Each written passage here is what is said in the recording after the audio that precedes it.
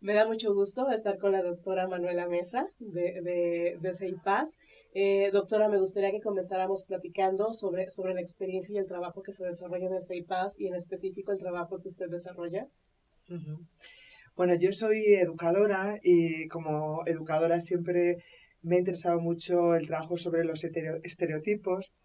Y bueno, el centro CEIPAZ es un centro de educación e investigación para la paz que forma parte de la Fundación Cultura de Paz y desde hace bastantes años, ya desde el 2007, hemos venido desarrollando un trabajo para la promoción de la cultura de paz.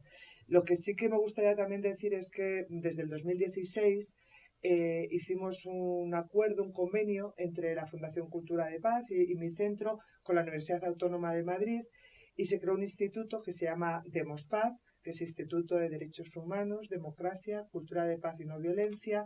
Y es un instituto que busca poner en diálogo la comunidad académica con las organizaciones sociales, como es CEIPAZ y como es la Fundación Cultura de Paz, ¿no? Entonces, es un centro mixto, universitario, en el que buscamos fundamentalmente un diálogo de saberes entre distintas disciplinas.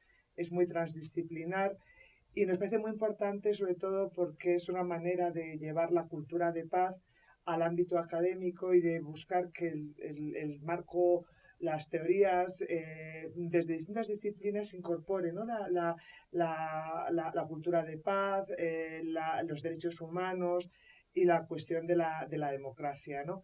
Entonces, en ese marco, es decir, mi formación, yo soy pedagoga y en ese ámbito, bueno, pues la educación para mí siempre ha sido un papel muy importante, aunque no he trabajado en la escuela directamente, he trabajado en ámbitos formales, ámbitos no formales, pero creo que, digamos, el trabajo que hacemos de promoción de una cultura de paz tiene un papel educativo realmente muy importante, ¿no? A propósito de ello, creo que podría ser muy interesante que plantear, ¿no? Estamos en un contexto actual en el que pareciera que la celeridad de la tecnología y el avance de ciertos medios abonan a la información y esto a ciertas posibilidades, ¿no? De acceso. Y sin embargo, bien sabemos que la construcción de paz va de la mano mucho con factores de igualdad o desigualdad en las sociedades, ¿no? Algo que me gustaría que pudiéramos platicar es cómo podemos pensar una educación para la paz en un contexto actual, ¿no? Para ciertos países y con una mirada quizá internacional, pero que no pierda de vista los sucesos locales, ¿no? ¿Cómo podemos pensar una educación para la paz y de qué se trata esto? Bueno, cuando la educación para la paz, desde mi perspectiva y desde la perspectiva del centro en el que trabajo, tiene mucho que ver con la idea de desarrollar capacidades, digamos, para transformar de manera pacífica los conflictos, ¿no? Entendemos que el conflicto forma parte de la naturaleza humana, de todas las sociedades, hay conflictos, hay disparidad de intereses, ¿no? Y por lo tanto, como personas necesitamos desarrollar capacidades para abordar esos conflictos de manera pacífica, ¿no? A partir del diálogo, de la capacidad de construir consensos, de la capacidad de tener empatía, de ponerse en el lugar de la otra persona. La paz tiene mucho que ver con la justicia social, ¿no? Y por lo tanto también, es decir, trabajar para promover todos aquellos valores, ¿no? Que pueden permitir llegar a una sociedad más justa y equitativa, ¿no? Y eso, digamos, me vale para cualquier contexto. Cada contexto tiene sus especificidades, ¿no? Pero que hay que tenerlas en cuenta y que hay que incorporarlas al proyecto educativo. Pero un proyecto, una iniciativa de educación para la paz, es decir, creo que se puede llevar a cabo en distintos espacios, en distintos entornos, ¿no? Y que es una responsabilidad, ¿no? En un mundo tan injusto y desigual y con tantas violencias, ¿no? Ofrecer la posibilidad de aprender a desarrollar estas capacidades para hacer las paces, ¿no? Porque también eh, desde el ámbito de la investigación para la paz hablamos de que hay distintas maneras de hacer las paces, ¿no? Es decir, que puede haber distintos caminos para conseguir unas sociedades más justas y igualitarias. Ok, y por ejemplo, sabemos que en ese sentido la construcción de una educación y la construcción de una mirada, precisamente donde se visibilicen o se invisibilizan, en cualquier caso, las violencias, tiene que ver mucho con cómo se construyen los mensajes, ¿no? Finalmente, la educación no solamente, como bien se dice, no es algo que nada más ocurre en el aula, es algo que está ocurriendo a nivel medios, a nivel familia, a nivel sociedad. ¿Qué papel juega en todo esto la comunicación? ¿Cómo podemos pensar la comunicación, por ejemplo, como un proceso en el cual la educación para la paz es posible o en cualquier caso no lo es, ¿no? ¿De qué manera esto puede abonar o no puede abonar a prácticas también donde se esté construyendo una educación para la paz? Ujú. Sí, sí, yo creo que es muy importante, o sea, desde la perspectiva educativa, analizar cuáles son las narrativas dominantes que de alguna manera legitiman la desigualdad o la injusticia o la violación de derechos humanos. Hay dos ejes muy importantes, ¿no? En el ámbito de esas narrativas dominantes que legitiman la desigualdad, por ejemplo, en el reparto de la riqueza y el poder en el mundo, ¿no? Y que de alguna forma legitiman que haya una parte de la población que queda excluida, que no puede satisfacer sus necesidades básicas de acceso a la educación, a la salud, a tener una vida digna, ¿no? Y hay otro eje que tiene que ver con la desigualdad entre hombres y mujeres, ¿no? Es decir, toda una narrativa dominante que legitima esta desigualdad, ¿no? Que naturaliza, ¿no? La desigualdad entre hombres y mujeres, ¿no? Y ahí, digamos, desde la comunicación lo que se puede aportar es cómo construir unas narrativas alternativas que pongan en cuestión esta desigualdad entre hombres y mujeres o esta desigualdad en el reparto de la riqueza y el poder en el mundo, ¿no? Que de alguna forma tiene que modificarse porque es un mundo que no funciona, es un mundo, digamos, que está destruyendo la naturaleza, es un mundo que deja fuera a una parte muy importante de la población y que además no incorpora los saberes y los conocimientos y las aportaciones de las mujeres, ¿no? Entonces creo que, digamos, los medios de comunicación, por ejemplo, legitiman esas narrativas dominantes, ¿no? De exclusión, de desigualdad y desde la educación para la paz lo que se puede es analizar, tener un discurso crítico sobre esos mensajes, sobre esas narrativas, pero también tratar de construir otras que propongan escenarios de cambio, ¿no? Y de cambio social. O sea, podemos pensar entonces que la narrativa no solamente es algo que construimos, sino que también nos construye. Nosotros al final también somos un reflejo de esta parte que entonces vemos en medios o que estamos mirando, no sé, en historias o las historias que nos hacen llegar. La narrativa tiene una doble vía, entonces. Sí, es decir, como sociedad compartimos un imaginario colectivo que de alguna forma nos da una identidad, nos da unos referentes que prescriben conductas porque nos dicen qué es lo correcto, qué es lo incorrecto, qué es lo bueno, pues qué es lo malo, ¿no? Y por lo tanto, digamos, hay narrativas, hay una narrativa dominante que tenemos que revisar, ¿no? Porque en muchos casos está llena de estereotipos que de alguna forma ofrecen una visión muy reducida de lo que sucede, de lo que está sucediendo o de lo que es la propia realidad, ¿no? Pero efectivamente, es decir, digamos, en la medida en que nosotros ponemos en cuestión estos estereotipos, en la medida que la educación nos permite ampliar la mirada, ¿no? Tener una mirada mucho más amplia, ¿no? Para, por ejemplo, incorporar la diversidad.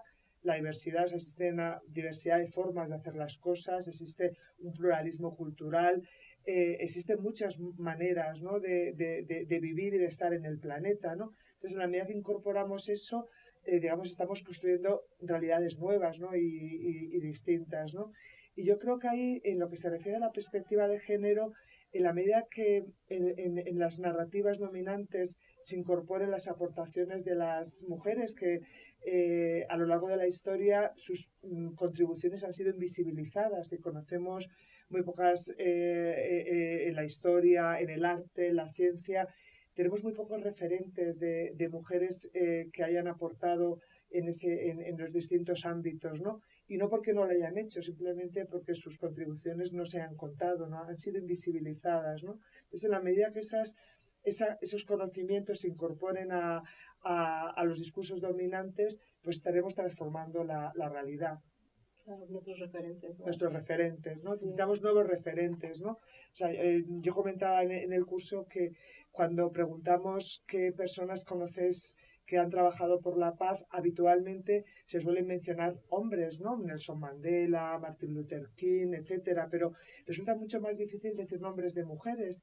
Y justamente necesitamos recuperar esos referentes femeninos precisamente porque a lo largo de la historia hay toda una genealogía de mujeres que han hecho una aportación muy importante en la construcción de la paz. Sin embargo, sus aportaciones son desconocidas, no conocemos sus nombres, no conocemos, digamos, lo que han hecho. Necesitamos, digamos, para tener, digamos, la imagen completa, considerar esos conocimientos y saberes, ¿no? Porque el mundo no se puede permitir dejar fuera de ese conocimiento y esos saberes, ¿no? La exclusión. Y bueno, a propósito de ellos, justo nos gustaría platicar un poco del proyecto que también hizo el CEIPAS, que es la publicación, pero bueno, ha sido un proyecto muy amplio porque no solamente quedó en la publicación, no es una publicación digital, es una publicación también impresa, pero también sabemos que ha tenido otros alcances, ¿no? 1.325 mujeres tejiendo paz, que entendemos que es un proyecto que precisamente busca visibilizar otras historias, ¿no? Y al respecto, que está buscando también ciertas narrativas, no nada más, digamos, de historias de vida, sino también incluso gráficas, ¿no? Se lleva un lenguaje visual, entonces no sé si podría platicarnos un poco de la experiencia del proyecto y lo que se ha logrado. Sí, bueno, el proyecto 1325 Mujeres Tejiendo la Paz surge a raíz de que Naciones Unidas, digamos, adopta una resolución, la resolución 1325 sobre mujeres, paz y seguridad. Entonces pensamos que la mejor manera para dar a conocer una resolución de Naciones Unidas, que hay muchas, era a lo mejor, digamos, porque esta resolución lo que plantea es el papel de las mujeres en la construcción de la paz, en el eje de promover la participación de las mujeres en las negociaciones de paz, promover la prevención de las violencias y promover la protección de las mujeres que han sufrido violencia sexual. Es lo que, digamos, nos planteamos fue nombrar a 1.325 mujeres que han trabajado en la construcción de la paz, ¿no? Y podría parecer complejo, pero realmente fue muy sencillo, ¿no? Recuperar estos nombres. Muchas de las mujeres que se mencionan son mujeres conocidas, pero también hay otras mujeres que son mujeres anónimas, ¿no? Y que han jugado un papel muy importante en su entorno local o en su ciudad, ¿no? En la construcción de la paz, ¿no? Entonces, de alguna manera, la historia de vida, lo que intentamos destacar, muchas de estas mujeres habían sufrido violencias, ¿no?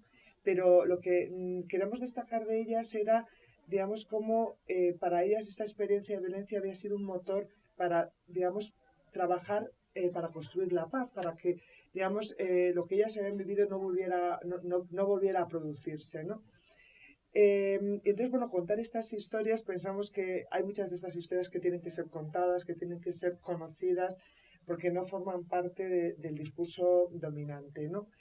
Y cada historia de vida fue acompañada de una ilustración gráfica, y ahí intentamos que a través del lenguaje visual crear un lenguaje, digamos, que hablase de la paz y del género, no desde los lugares comunes, ¿no? Sino, digamos, que realmente pusieran en valor, digamos, valores que tienen que ver con la construcción de paz y con las historias de vida de estas mujeres, ¿no? O sea, imágenes que hablasen de la valentía, porque para trabajar por la paz y luchar contra la injusticia hay que ser muy valiente, mujeres que fueran valores como la creatividad, ¿no? Y imágenes que pudieran reflejar esa idea de creatividad, la idea de solidaridad, la idea de sororidad, de resistencia.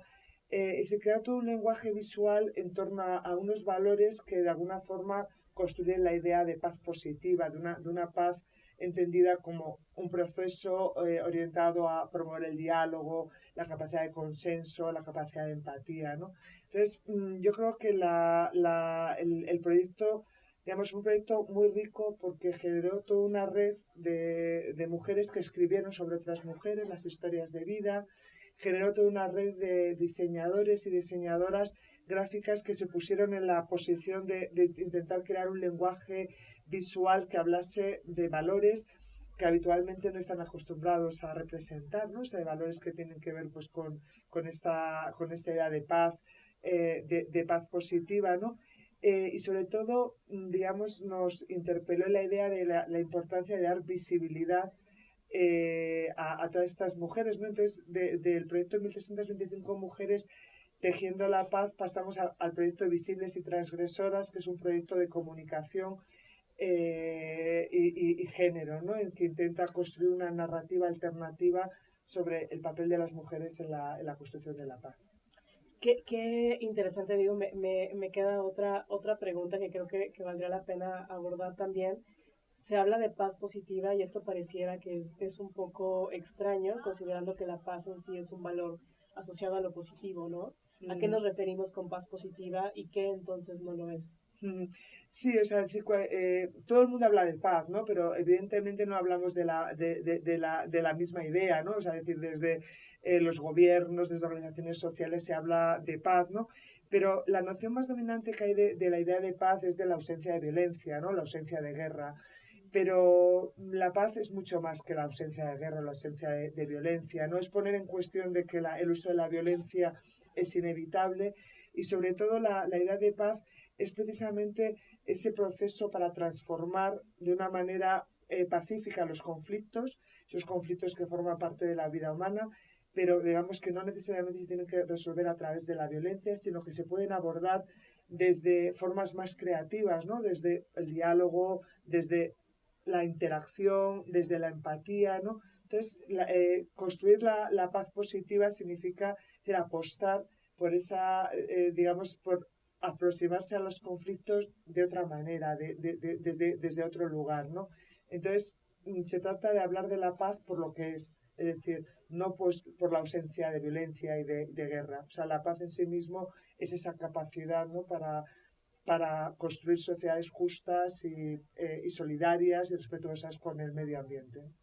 Claro, y entiendo entonces que el hecho de apostar tal vez por una visualidad distinta que hable de los valores más que de la ausencia de ellos, ¿no? Generalmente la zona común desde una propuesta de comunicación podría ser hablar de la ausencia, ¿no? La ausencia de paz, la ausencia del respeto, la ausencia del diálogo, ha de ser todo un reto proponer un lenguaje que entonces hable sobre los valores para una construcción de paz positiva, como es la publicación de 1325 Mujeres Tejiendo Paz. ¿Cuál sería o cuál ha sido el principal reto entonces en todo este proyecto donde se acompañan historias de vida y diseño gráfico para llegar a este resultado? Sí, o sea, nuestro punto de partida era que las imágenes construyen realidad, es decir, que hay la imagen se construye, ¿no? Y por eso, digamos, queremos dejar de hablar de violencia cuando queremos hablar de paz, queremos hablar de paz en sí misma. Entonces, el reto ha sido realmente interpelar a la gente que, digamos, que trabaja desde la comunicación, desde el lenguaje visual, precisamente para crear nuevos códigos, ¿no? De que de alguna forma hagan referencia a la paz por esos valores, ¿no?